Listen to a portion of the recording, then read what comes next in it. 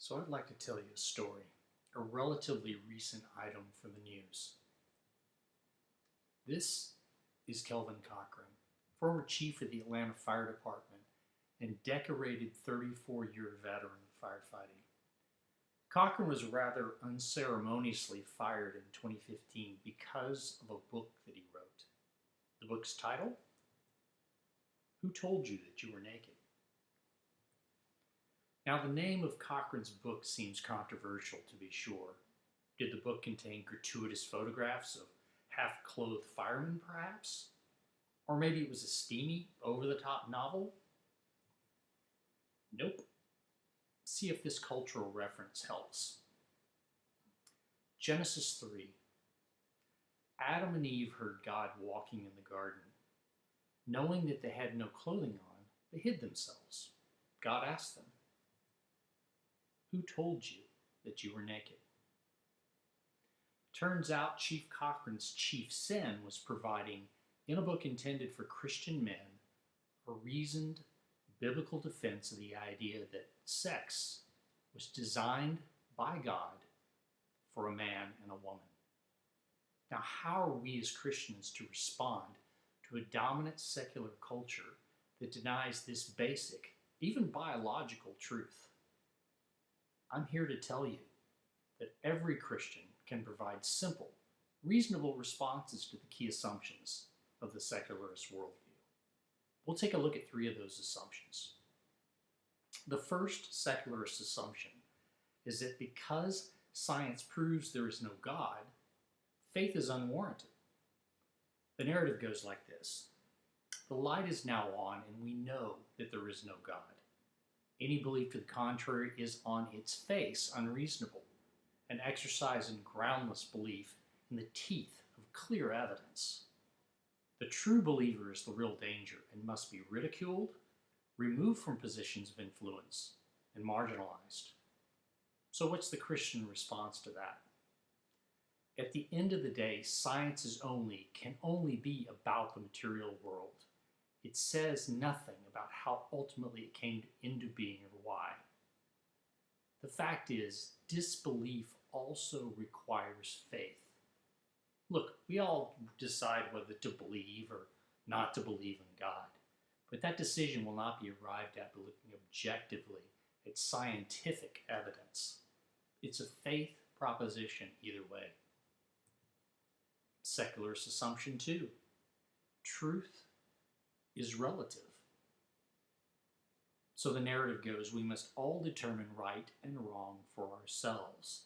Sex, then, is a pleasure to be enjoyed, not an object of guilt. Gender, a decision to be made based on not whatever body parts you happen to have been born with, but based only on that which you feel in the deepest part of your soul is right for you. Perhaps you can already see contradictions. Truth is relative, except secularist truth, which is apparently not subject to the same test. The fact is, everyone knows that objective truth exists. Let me ask you, how often in our culture are we presented with the statement that sexual orientation is self-determined? The message delivered as if that were objective truth everywhere and for everyone, and therefore not subject to debate. I mean, the officials who fired Chief Cochran in Atlanta certainly acted as if they believed in objective truth. Finally, secularist assumption 3. Utopia is the end to which mankind is progressing. Now, what is required to get to utopia, to this state of man-made perfection, is an unquestioning embrace of those things which a few ivory tower elites have decided is best. Our response as Christians? Well, rather than a man-made pie-in-the-sky utopia, the end is God's new creation, a new heavens and a new earth. While we agree with secularists that something is indeed wrong with this world, we disagree that humans are even remotely capable of getting ourselves out of the mess on our own. As a matter of fact, we caused the problem in the first place. see Genesis and Adam and Eve.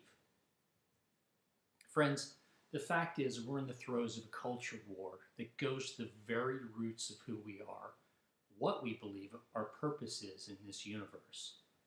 A recent study out of Harvard, of all places, is debunking the view we see on the news and read on the internet that Christianity is in decline.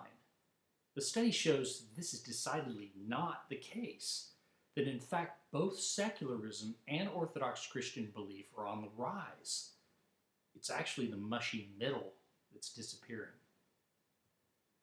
This rapid polarization is going to take a lot of prayer, patience, and the guidance of the Holy Spirit to give us the wisdom to rationally and lovingly, patiently, in fact, interact with our lost brothers and sisters who are so rapidly moving in a direction opposite to truth. So to summarize, we've talked about the core assumptions of secularism.